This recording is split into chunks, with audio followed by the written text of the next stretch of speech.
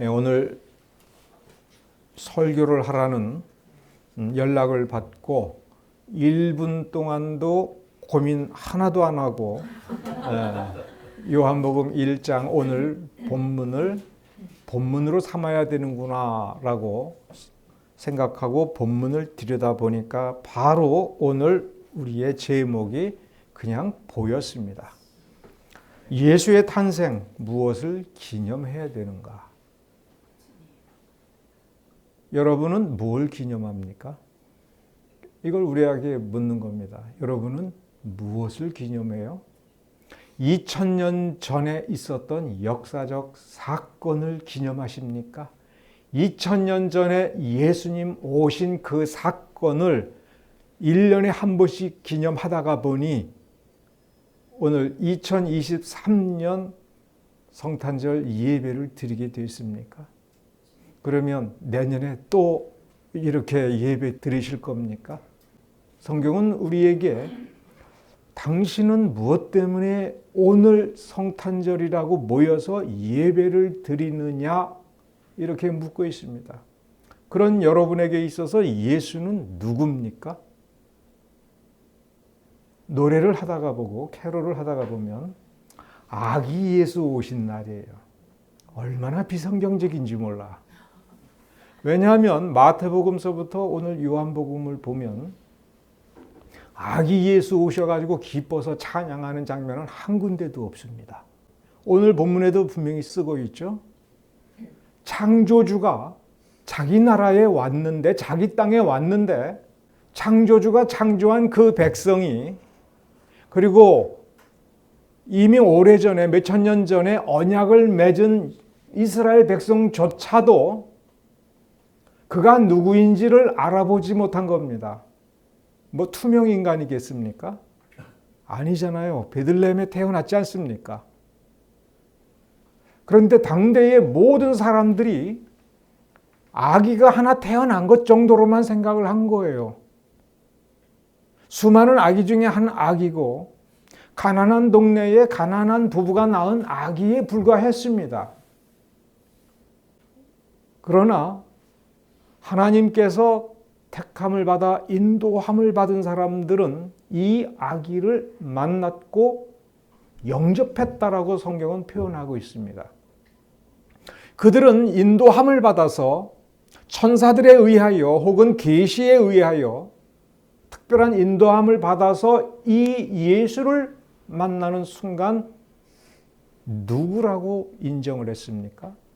왕이라고 인정했습니다. 그러니까 여러분들은 그냥 부드러운 느낌으로 유쾌한 즐거움으로 아기 예수 태어난 날, 그리고 관념적으로 우리 구주 나신 날, 그렇게 느껴지는 순간 우리의 가슴 속을 들여다봐야 된다는 겁니다. 진짜 왕, 세상을 창조하고 세상을 심판할 권세를 가지신 그분이 우리 곁에 와서 내 앞에 서신 날인 거예요. 그 모습이 아기 예수의 모습이든 나사렛 동네의 가난한 목수의 아들 그 청년 예수의 모습이든 십자가에 못 박혀 피 흘려 처참하게 죽어가는 죄인의 괴수의 그런 형상을 하고 있든 본질은 영원히 변함이 없다고 오늘 요한복음에 쓰고 있습니다. 마태복음 1장을 한번 보십시오. 왜 그 족보를 거기에 놓고 있습니까? 쓰다 보니 족보를 거기에 쓰게 된 것이 아닙니다. 우리가 예수를 어떻게 만나야 될 것인가? 베들레헴에서 나신 그분을 만나러 갈 때에 그가 누구인지를 그 백성은 알아야 되는 것이고 어떤 자세로 가야 되는 것인지를 쓰고 있습니다. 아브라함에게 약속하신 그 나라를 실질적으로 완성하신 우리의 왕, 그가 우리 앞에 섰다.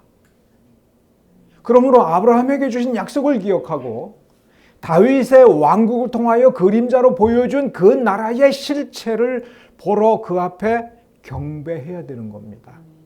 그래서 베들레헴에서 아기 예수를 가서 실제로 그 얼굴을 들여다보고 그가 태어나신 것을 바라본 이들은 웅장한 위험 속에서 그를 경배한 것입니다. 저 먼 동방에서 멀고 먼 여행길을 와서 한결같이 무엇을 찾았습니까? 헤롯에게 가서도 뭘 찾았습니까? 왕을 찾았습니다. 왕이 오셨는데 어디에 오셨는가? 유대인의 혈통 중에 오셨으니 유대인들은 당연히 알겠다라고 물어봤으나 아무도 몰랐습니다. 오늘 본문에 보면 우리는 9절서부터 읽었습니다. 그런데 6절, 7절, 8절에 엉뚱한 사람이 등장한 겁니다. 요한을 왜 등장시켰습니까? 읽다가 보니 이 사람은 예수가 아니고 이 사람은 참빛이 아니고 그 예수를 증거하기 위하여 먼저 보냄을 받은 사람이라는 말이 왜 예수님의 탄생에 대해서 우리가 그 예수를 어떻게 만나야 되는지에 대해서 쓰고자 하는 데에 거기에 왜 침례자 요한을 언급을 했습니까? 오늘 우리가 읽은 본문에 의하면 예수의 앞을 예비하고 예수를 증거하는 그는 하나님이 보내신 자예요. 이렇게 예수를 만나야 되는 겁니다. 예수를 만나고 이제 예수를 위하여 그 인생이 어떻게 변화되었는가가 이제 예수의 오심 뒤에 이제 1장 후반서부터 침례자 요한의 활동에 대해서 쓰고 있습니다. 그럴 때에 요한은 예언자다. 요한은 앞길을 예비했다가 아니라 뭐를 성경은 우리에게 요구하려고 하는 거냐면 이 예수를 영접한 자, 예수의 탄생을 가서 목격을 하고 그가 예수인 줄을 알고 그가 우리에게 오신 하나님인 줄을 아는 사람은 어떤 충격을 받는 것인가? 어떻게 사는 것인가? 영접이다라고 얘기할 때 우리는 문자만 보면 안 된다는 얘기입니다. 믿는 것이 영접이다. 예수를 믿으라. 예수를 믿는다. 예수가 나의 구세주이심을 믿는다라는 입술의 고백이 아니라 그 심장 속에서 그리고 그의 인격 속에서 받은 충격이 무엇이냐라고 하는 겁니다. 침례자 요한은 성령의 충만함을 받아서 선지자의 길을 걸어간 사람이요. 선지자의 모습으로 광야에서 외치는 인생을 살았다. 우리는 이렇게 단순히 결론을 내리면 안 됩니다. 그는 모든 것을 버렸습니다. 왜 버렸습니까? 왕이니까. 예수가 누굽니까? 창조주입니다. 예수가 누구입니까? 우리 생명의 근원입니다.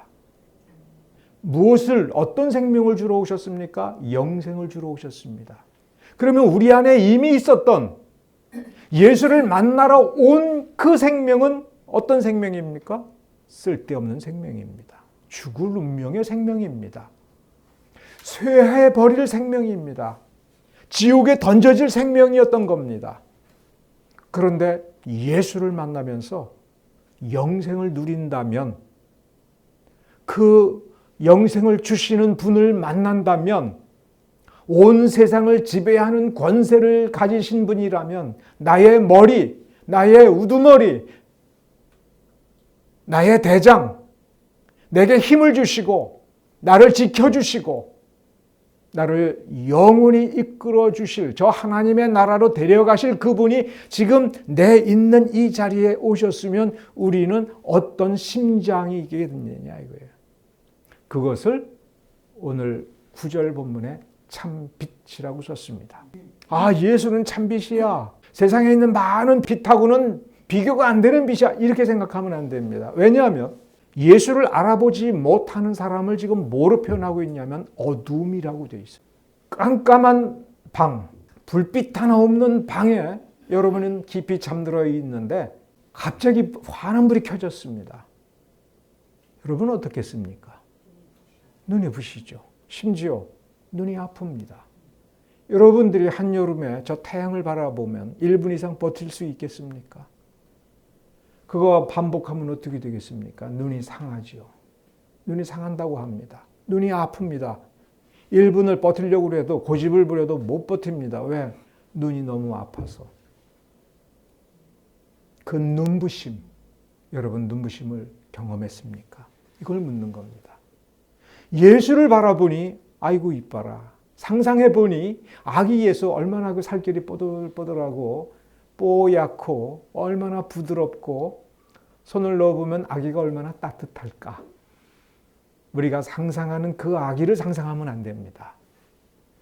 우리가 아파야 됩니다. 왜냐하면 우리는 예수를 만나기 전에, 예수의 생명을 경험하기 전에 우리는 어둠이었기 때문에 그렇습니다.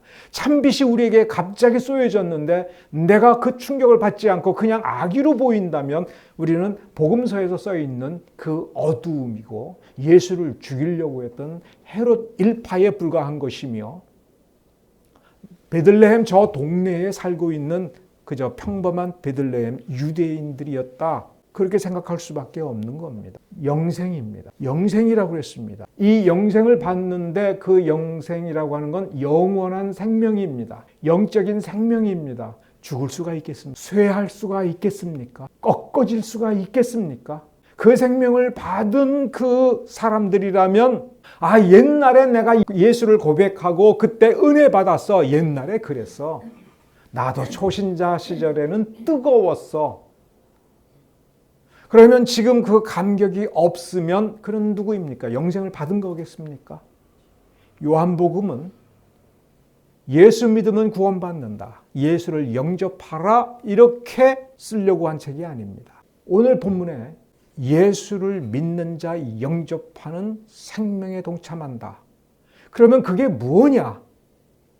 그 열매에 대하여 우리에게 설명하려고 하는 겁니다. 그러면서 우리에게 이렇게 물어봅니다. 예수를 진직에 만났기 때문에 이렇게 성탄절 예배를 드린다면 지금 너는 열매가 있느냐? 영원한 생명이 내 안에 있어서 나의 인격을 통해서 그 영생의 열매가 나타나고 있고 그래서 불신자들이 보고 예수는 부인하고 싶어도 당신이 맺는 인생의 열매, 당신이 살아가는 삶의 모습을 보니 당신 속에 있는 그 감격을 보니 탐난다. 부럽다. 예수 앞에 나올 때 여러분은 왕을 만나러 나오면서 예물을 준비하셨습니까? 그것은 여러분의 결단이 아닙니다. 여러분의 헌신이 아닙니다. 여러분이 살면서 거두어 드린 것 중에 일부를 떼어서 하나님께 드린다고 할 때 그것이 값지고 좋은 예물이 아닙니다. 그 예물이 무엇입니까? 오늘 본문에서 이미 그것을 설명하려고 암시해 주고 있습니다. 내 삶이 무엇이냐? 내 삶이 중심에 무엇이냐? 하늘로부터 오는 어떤 결실을 맺고 있느냐? 우리는 이렇게 생각을 해봐야 됩니다. 이 나무가 왕년에 참 좋은 열매를 많이 맺었어. 그런데 지금은 안 맺어. 작년에도 안 맺었고 올해도 안 맺었고 이렇게 보니 내년에도 안 맺을 것 같아. 이 나무가 쓸모가 있는 나무입니까? 이 나무가 아직 살아있다라고 할 수가 있습니까? 안타까움 속에서 혹시나 기대는 해볼 수 있지만 이 안타까움의 본질이 무언가를 생각을 해봐야 됩니다. 그렇죠? 이 나무가 가진 생명력이 이 세상의 어떤 생명력과는 비교할 수 없는 저 하늘로부터 오는 하나님이 공급해 주는 생명력이라면 쉴 사이 없이 열매를 맺겠죠. 바울이 그것을 성령의 열매라고 설명을 하고 있지 않습니까? 그러면 본질적으로 어떤 열매입니까? 사랑의 열매입니다. 원수도 사랑할 수 있는 능력이 열매처럼 맺어가야 되는 겁니다. 원수를 바라볼 때 원수가 굶고 있는 것을 보면 고소하다 이렇게 그래도 싸 속이 시원해 이렇게 자연스럽게 드는 생각에서 어느 날 예수를 만나고 예수와 더불어 살고 보니 참 불쌍하네. 내가 나를 그렇게 미워하고 원수 노릇을 해. 그래, 미워하는 것도 기운이 있어야 미워하는 건데 너 배고프니 좀 먹어라. 물도 좀 마셔라. 그리고 나 한번 미워해봐라. 미워하다 그 미움이 꺾이게 되는 날이 올 거다. 너는 나를 이길 수 없다는 자부심이 안에 있는 것. 하나님을 향한 충성됨이 있는 것. 그 충성은 내 목숨을 내려놓고 나의 모든 것을 포기하고 나의 이기심을 포기하는 것. 그러므로 우리는 요한복음을 읽어보면서 어떻게 하면 사랑의 열매를 맺을까? 어떻게 하면 충성의 열매를 맺을까라고 하는 것을 우리 스스로 나의 중심을 놓고 보면 무엇부터 변화되어야 됩니까? 나 중심의 사고방식, 이기심, 나 살고자 하는 거. 예수님께서 가르치신 복음이 뭡니까? 복음의 본질이 뭐예요? 예수 믿으면 구원받는다? 아닙니다. 예수 믿는다는 게 뭐냐라고 할 때 자기를 부인하고. 그러니까 누구 앞에서 부인하는 거예요? 예수 앞에. 예수는 어디 계십니까? 우리 곁에 오셔서 우리와 함께 한다고 오늘 본문 써 있지 않습니까? 그래서 우리가 그를 느끼지 못한다 할지라도 그것은 우리의 육 감각으로 못 느끼는 것이지 성경을 믿는다면 우리는 이 말씀을 믿어야 되는 겁니다. 우리와 함께 하십니다. 왜 함께 하십니까? 우리에게 끊임없이 생명을 주시고 우리를 변화시켜 주시려고 누구를 닮게 하려고요? 하나님을 닮게 하려고요. 이것이 예물입니다. 이 결과를 하나님 앞에 내려놓을 때에 그는 참으로 영광을 받으시는 겁니다. 바로 이것 때문에 내가 죽었다. 이것 때문에 내가 너를 위하여 십자가에 달려 죽었다. 그래서 너는 나를 믿고 나와 함께 하면서 내가 원하는, 내가 준 생명의 열매를 이렇게 맺어가는구나. 오늘 본문 뭐라고 써 있습니까? 이 열매는, 이 믿음은, 이 결실은 혈통으로 나오는 것이 아니고 육정, 인간이 애써서 내는 게 아니고 인간이 결단해서 되는 것이 아니고 하나님이 주시는 거예요. 믿는 것도 하나님이 주시는 거고 그래서 하나님이 주셨기 때문에 믿어지니까 믿는 것이고 내 앞에 예수가 살아 계심을 내가 느끼는 것은 내 안에 생명력을 통해서 느끼기 때문에 나는 그 예수를 따라가다가 보니 나를 부인하고 나의 십자가를 짊어지고 예수의 발자취를 따라 가는 삶을 살게 되는 겁니다. 우리는 이걸 기념하는 겁니다. 우리에게 오신 왕이 이 비천한 죄인을 구원하기 위하여 영광되고 존귀한 삶을 매일 살도록 하기 위하여 내게 다가오신 겁니다. 내가 도망가고 싶고 나는 나 중심으로 살고 싶어도 사라지지 않는 것, 그렇게 살 수 없게 되는 그 저항할 수 없는 그 삶이 우리에게 있는가? 그것이 우리 예수를 기념하는 것입니다. 여러분들이 이렇게 예배를 드리는 것은 그래도 그 은혜가 있기에 예수를 고백하였고 어디 도망가지 않고 이렇게 예배 드리러 온 줄로 믿습니다.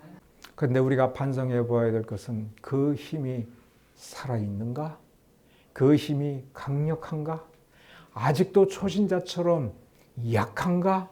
아직도 초신자보다도 더 못하게 후퇴하고 그저 예수의 이름이라고 하는 그 낡은 딱지만 내 가슴에 붙어 있는 것은 아닌가? 우리는 애통하는 심정으로 우리 주님을 만나야 됩니다. 우리가 기뻐서 예수께서 오셨다는 메리 크리스마스를 노래할 때에 우리 마음 한구석에는 안타까움과 더불어 간절함이 있어야 됩니다. 여러분에게 그 간절함이 있을 줄로 믿습니다. 그 간절함에 하나님께서 응답하여 이제 2024년에는 날마다 더 크고 놀라운 은혜로 여러분의 삶이 충만해지기를 축원합니다. 기도하겠습니다.